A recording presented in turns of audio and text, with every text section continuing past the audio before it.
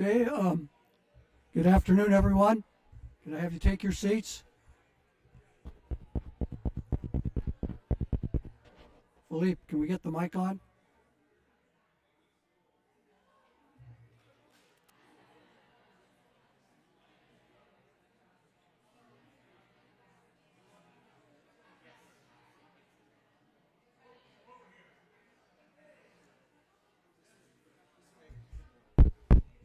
There we go.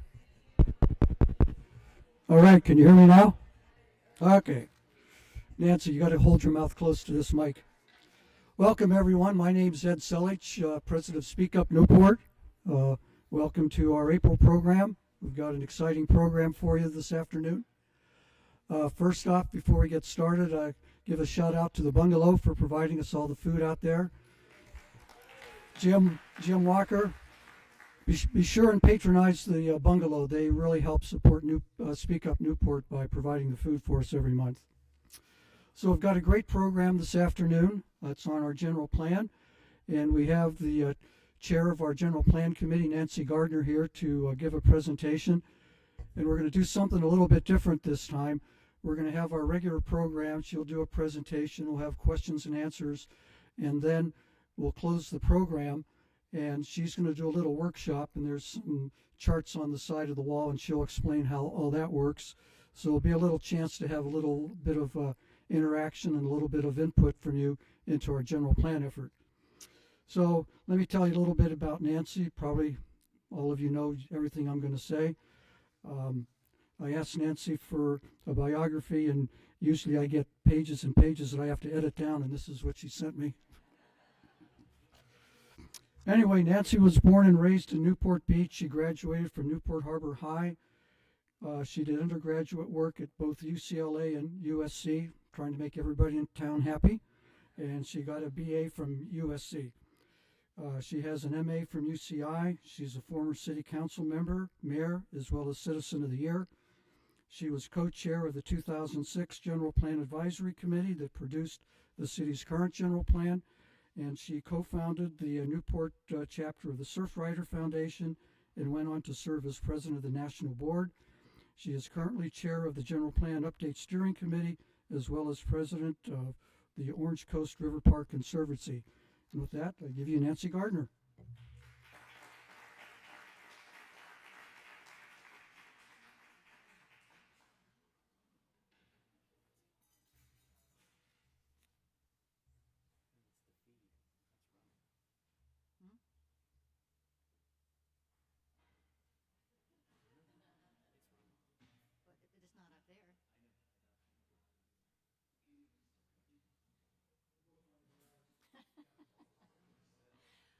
Okay, well, it isn't very loud, is it? I'll just raise your hands if you hear me too much, if I'm speaking too loudly, and also forgive me if I blow my nose occasionally.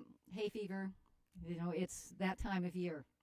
Okay, so the general plan process, how to get involved, and even more important, why to get involved. So before we do that, let's do a little refresher on the general plan, which is not up there. Okay. What is a general plan? It's like a roadmap. It is provides a framework for making decisions about the city. And there we are. Okay. So that's what it is. And it begins with a vision. What do we see our city as? What do we want our city to be? And in 2006, our general plan had a vision statement, and the first paragraph, I'll just read some phrases from it. A beautiful, unique residential community with a high quality of life. The successful balancing of the needs of residents, businesses, and visitors with the recognition that Newport Beach is primarily a residential community.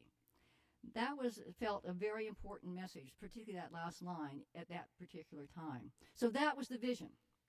So then, after the vision, you create policies to help us achieve the vision. And these policies are divided into chapters or elements.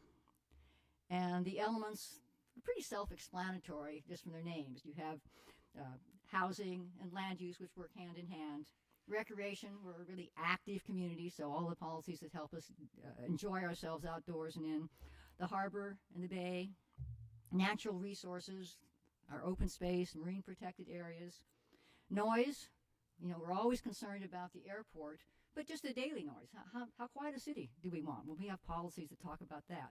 Circulation, the bane of everyone's existence. Arts and culture. History, historical resources, and then safety. That's the only one that maybe needs a little bit of explanation, because that is where we deal with our preparations for things like wildfires, earthquake, and the longer range problems, say something like sea level rise. So once we have these elements, what we have to do is they have to agree.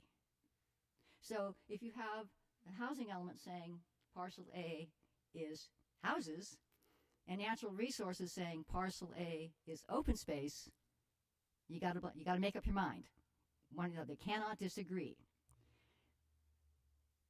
The other part is that all the elements are equal. No one is predominant over another. Now, that's by the book. In reality, the elements are all equal in the way that the animals in Animal Farm are all equal.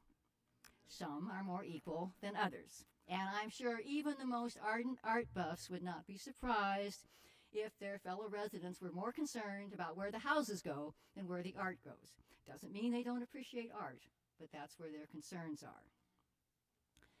So, a couple of years ago, the city began its general plan update process. And we knew that we were going to have to focus a lot on the housing element because that has a deadline. But there was not a lot of concern because last time around, we only had to accommodate with a few houses. Well, we were waiting for the state's what they call regional housing needs assessment. This is what the state says, this is your share, Newport Beach, of all the housing we think we need. And we knew it would be more, 100, 200. And then we got the numbers, and we were all gobsmacked. I mean, it was just like, oh my gosh, we're a built-out community. What are we going to do? And particularly, to make it even more challenging, a huge percentage of it is affordable.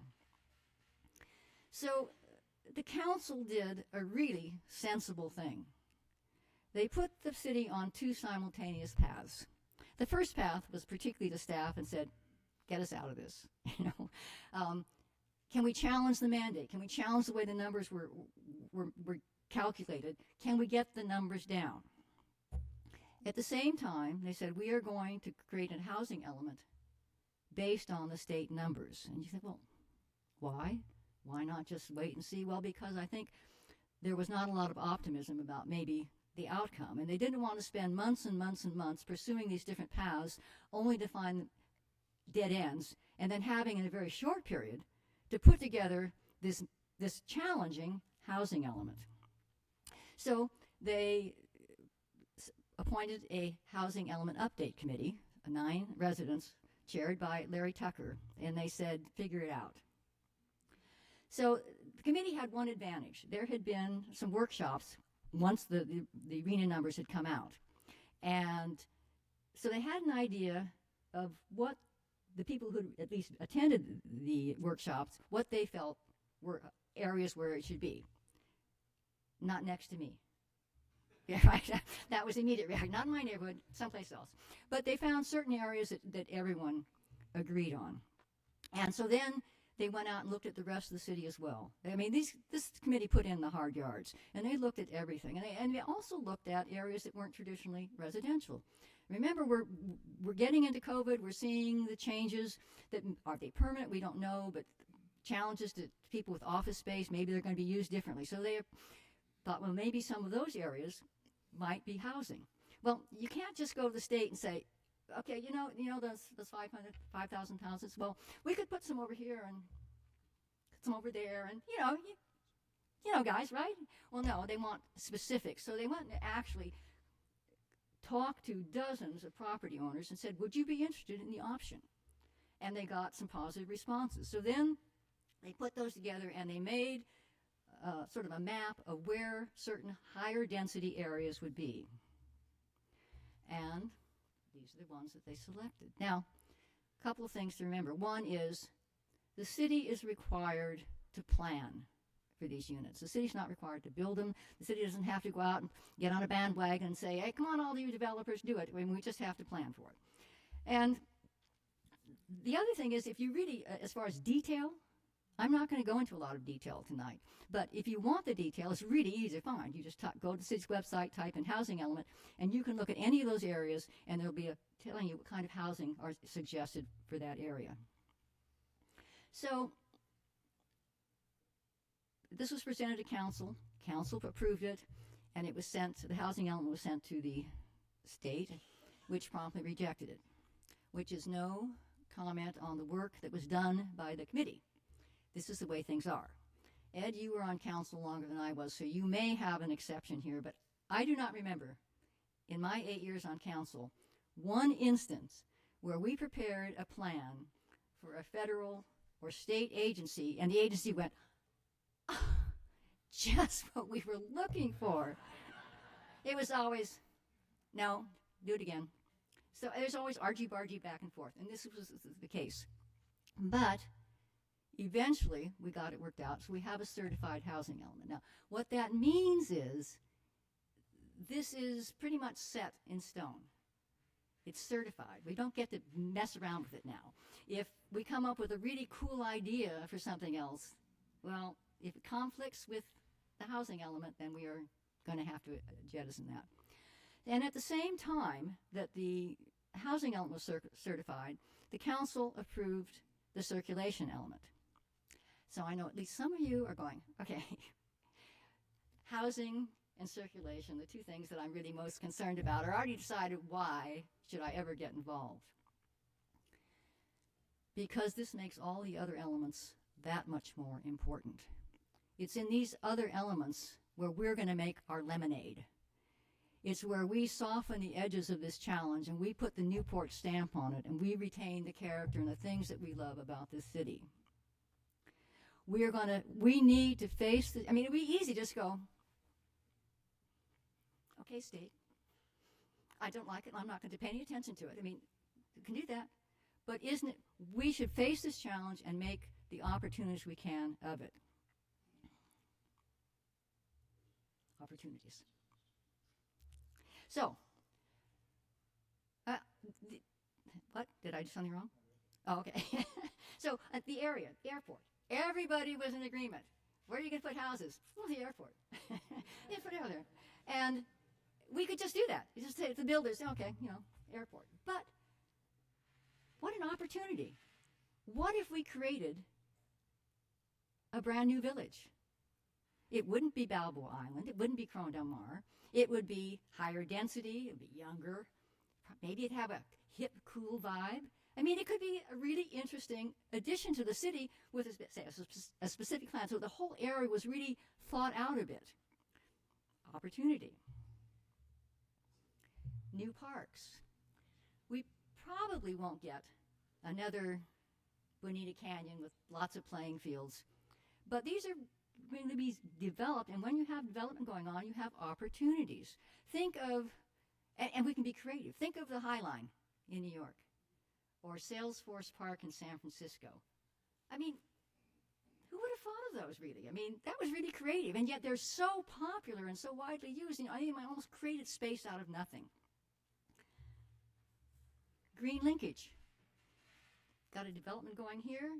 Maybe from point A to B, we can create almost like a green belt or something. There might be an opportunity there. Maybe a bike path so the kids can ride their bikes from point A to point B without having to encounter cars. Our harbor. This is really an opportunity to benefit the harbor. A real harbor is, and I'm not a boater, but a real harbor is, and I see a lot of boaters out here, is more than a place to park your boat, right? I mean, you need the support service. You're really a harbor. And it is a challenge with our property values. I mean, the rent keeps going up, and so many of these support businesses struggle to stay on the harbor. Well, this is an opportunity to look at what's worked and what hasn't worked in terms of maintaining those and create maybe some new policies there. I think one of the biggest areas that we can make an impact is with affordable housing. And this is a really unfortunate term because it has, I think, for a lot of people, very negative connotations. It should be called workforce housing. These are the income levels to qualify. Okay, so one person making almost, $76,000 qualifies for workforce housing here. Now, that's not going to qualify that person to buy a house, not with our property values.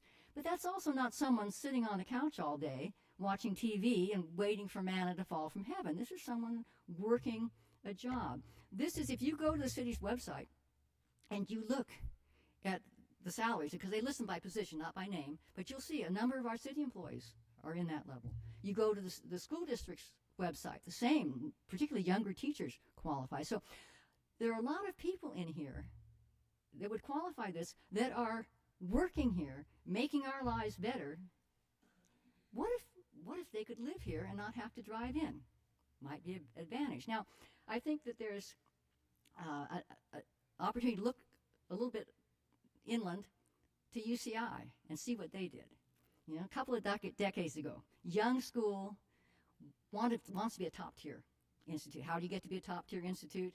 You hire top-level people. But they were finding so often when they approached these top people in their fields, they were like, yeah, nice school, nice area, but I can provide for my family better in terms of housing, particularly in another area. So they built faculty housing. And lots of faculty housing, and it is now a top-tier institution. So what if we came up with some policies that encouraged and helped some of our major employers to do something like that? Think of Hoag. Hoag employs hundreds of people. Now, the doctors, I'm sure the doctors can afford to buy a house in Newport Beach, but they're supported by dozens and dozens of people, every doctor. And those people, many of them would be in that affordable range, that workforce housing range. And think of the advantage if there were a Hoag campus. I mean, that's one of the areas we've allocated for higher density, that West Newport Mesa. And you could have several hundred Hoag employees walking to work, not driving their cars. I think that would be that's a possibility, an advantage. And we can't mandate many things, but we can create the policies that encourage first responders. You talk to the chief of police and he will tell you, it's not easy recruiting officers or anybody for the force, not because they don't want to work here. you talk to police officers, would you like to work here or in Compton? They'd like to work here. It's a great city to work here. You've got tremendous community support. But do you want to work here and drive an hour and a half in maybe, where you can find housing, or someplace else? So this could be a recruiting tool when you can say, hey, at least for your first couple of years, you could be living here and working here. It could be the teachers, seniors, a lot of opportunities for that. So, I mean, those are just a few things that I, sitting at my computer, come up with. If you think of, if we have more of our community involved, some of the ideas that we might generate. So, to get back to the involvement aspect of it, when the council finished with the housing element, the first thing they did was appoint a general plan steering committee, update steering committee, which is Kimberly Clark, Philip Brown, and myself. And our first job was to appoint the 30-member general plan advisory committee. This is the group that is going to shape that document. And when I got the pile of applications, it was like I went through real quickly, and I'm like, oh, a handful of people I knew had applied, and that was good. They had a lot of experience with the city, knew the ins and outs, and that would be some nice experience there. But 2/3 of the people, I didn't know their names. I thought, how great. We're getting some new faces, some new ideas, some new voices. This is just what we wanted. So then we took the group, and what we tried to do is make it as reflective of the community as possible. We didn't want all 30 members to be living in Corona del Mar. We wanted a good geographical representation. We didn't want, say, 30 attorneys. And I can make a snarky remark there, but I won't. And we also wanted an age, a spread of ages. And we got Xers, Zers, Boomers, I don't know. Our youngest member is only a few years out of college. And our oldest remembers Eisenhower as president. So we you know, I think it's pretty reflective. But they are 30 people in a city of 90,000. And they need, and what's more, they want your input.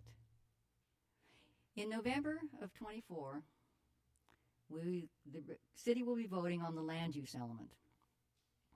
And it would be a real shame if, after all the time and hours and months and years put in and all the dollars, and it's not cheap doing a general plan update, if that went down to defeat because these 30 people were working in a virtual vacuum because they didn't really have the kind of input that they needed. So, how do you get involved? One is to go to the meetings. They're monthly meetings, they're public meetings, they have public comment. You can say, have you thought of this? Or, you said that, and I don't think you thought it through. There's this problem. I mean, make all the comments. The city's in the process of hiring a consultant, and that consultant will be in charge of some of the outreach. So there will be, hopefully, workshops and other events to participate in. I got my fingers crossed because we're struggling with the website, but it will be at some point up there and user-friendly and full of information, so you can always go there. And if nothing else, you can always send me an email. Gardner, newportbeachca.gov, and I will, anything you send me, even if I disagree with it, I will get it to GPAC. So those are ways that you can participate in pretty easy. And as Ed said, tonight after Q&A, I put up the elements that are still there, and then also miscellaneous, just for general comments. And I will take those home and collate them and get anything you put on there will get to the General Plan Advisory Committee, which will help them as they do their work. I should also mention that there are subcommittees. Each element has a subcommittee working on it, and those meetings are also public, and they will be posted, Jim, right, on the website? Yes. Yes, he says with a frightened look in his eyes, hopefully. All right. So, we're now, that's really all I have to say. I mean, well, yeah, that is all I have to say. So we'll have questions, and I have Jim is the Deputy Director of the Community Development Department, and he is here to handle any really naughty questions. Knotty, not the other kind. So are there any questions? What? Oh, and please go to the microphone so we can hear you. And don't make it too hard.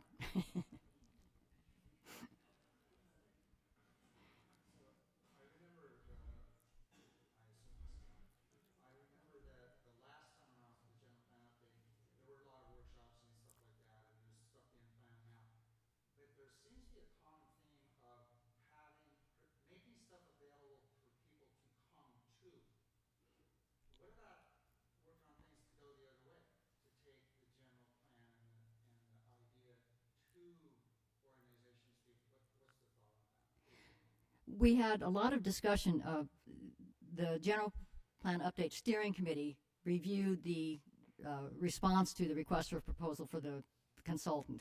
And I would say all the comments were about outreach because we consider that so important. And my whole thing is I want it to go both ways. I want to be able to reach out for information when I want it, but I also want to have us going out to groups like SPAWN, for example, and saying, hey, here's the information your members would like to have. So yes, we are going to be working on that. Debbie. Yeah, thank you, Nancy. I have to tell you, all right, I'm going to tell you something. At a certain point, when we had completed the general plan, Deborah Allen here and Jan Van de Bay asked me for coffee. And they said, after we had a little coffee, she said, would you consider running for council? And I said, oh, I don't know. I'm not very social. And she says, oh, you don't have to worry about any of the social stuff. And she's been laughing ever since. Go ahead, Deborah. Oh, okay.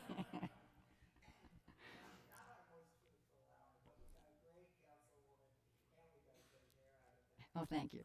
What I'm wondering is, I know your schedule for meetings is probably fluid right now, but are there any set dates yet that we might write on our calendars to come and talk to you at your committee meeting? Yeah, so it's the first Wednesday of the month, right? So at May 3rd, we'll have a steering committee meeting, joint advisory committee meeting at 5 o'clock. so their meeting is at 5, and it'll be in this room, right? Yes. Yeah. So first Wednesday. I don't know, Phil, if I want you to ask this question.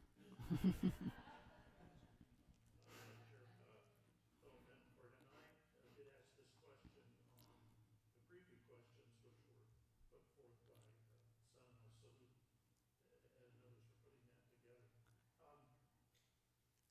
Could you say something about the litigation tool to the extent that this is a tool that is certainly to achieve general plan or housing element objectives with our neighbors in Huntington Beach and some other cities? I don't know that that comes to the committee, but have you seen, I guess, goals that cannot be achieved except through a court of law at this point? Is that a fair question? I haven't seen anything of that. Just for those of you who may not have seen read the Daily Pilot this morning, one of the reasons that the council was so concerned about getting the housing element done is when you don't have a housing element done, you can have financial penalties. And also, and this is the state has just filed a lawsuit against Huntington Beach, and this is one of the things they're asking for. The state seeks both penalties and injunctive relief. It also seeks suspension of the city's permitting authority and mandating the approval of certain residential projects. In other words, Jim's community development department would just be helpless. We would have strangers coming in and making those kinds of decisions. But so far in our process, we're just starting. We've just had a few meetings and everything. So I don't, Jim, any thoughts on that as far as potential lawsuits? Well, We're watching Huntington Beach. I'm not sure there's been too many cities that want to jump onto their bandwagon at this point in time. We wish them well, but we don't anticipate them getting any traction. Well, I do think, I mean, I can't speak for the council, but I have a feeling that when they went down, when they said they wanted to go down both paths, one reason why they wanted to have that second path was because they weren't necessarily optimistic about the ability to really challenge these things. Thank you so much. Thank you, Jim. Yeah. Any other questions? I covered everything? You didn't believe a word I said? Yes. Can you come up?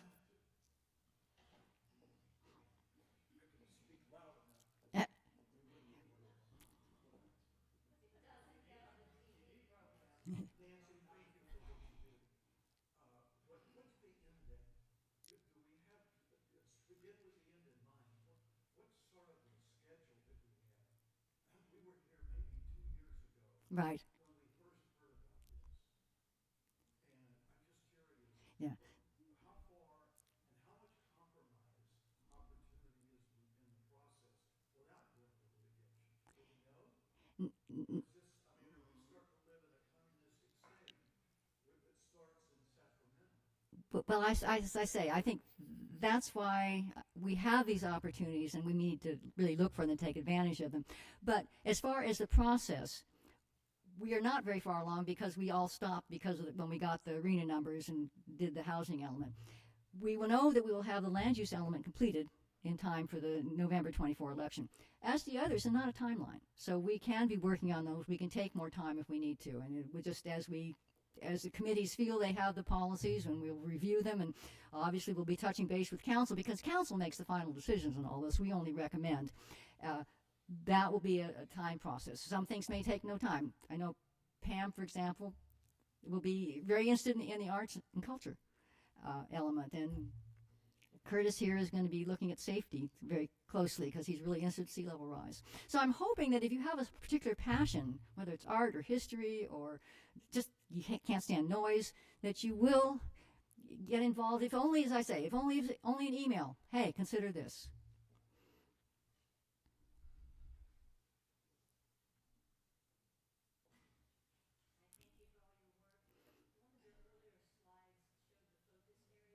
Mm-hmm.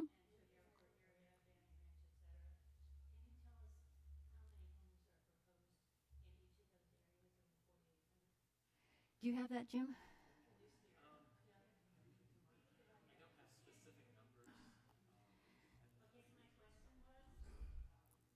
Right, how many in each area? Yeah. I have to say the airport area, the city council had the foresight to plan for more units than the minimum RHNA. There's very specific reasons to move it. So it's what? Yeah, yeah. Right.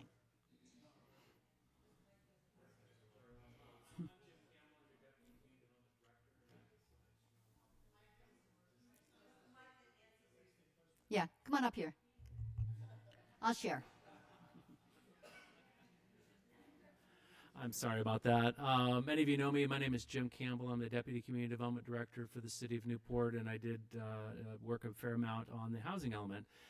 So these various focus areas that we see here on the screen, maybe it'll come up here. We have the airport area, Banning Ranch, West Newport, Dover, Westcliff, Newport Center, and Coyote Canyon. We actually anticipate roughly 9,000 housing units in these areas. The airport area taking the brunt of it at about 2,500 units. Newport Center, I can't remember the exact number, but it was closer to 2,000. I want to say 1,500 in Coyote Canyon. Banning Ranch had 1,425. Now, the city council, we're not actually using those units to satisfy our RHNA requirement. Obviously, the council is very cognizant of the status of Banning Ranch. West Newport, Mesa, and Dover, Westcliff were smaller in size, probably had several hundred each. So those are rough numbers. All those numbers that I'm just sort of rattling off, they're in the housing element. There's a housing opportunity list by focus area, and it has all the parcels.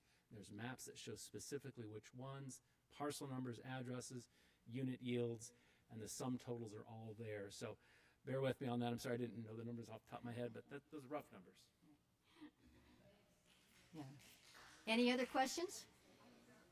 No? Well, then I'm going to put out pens, and I hope that you will all make some comments.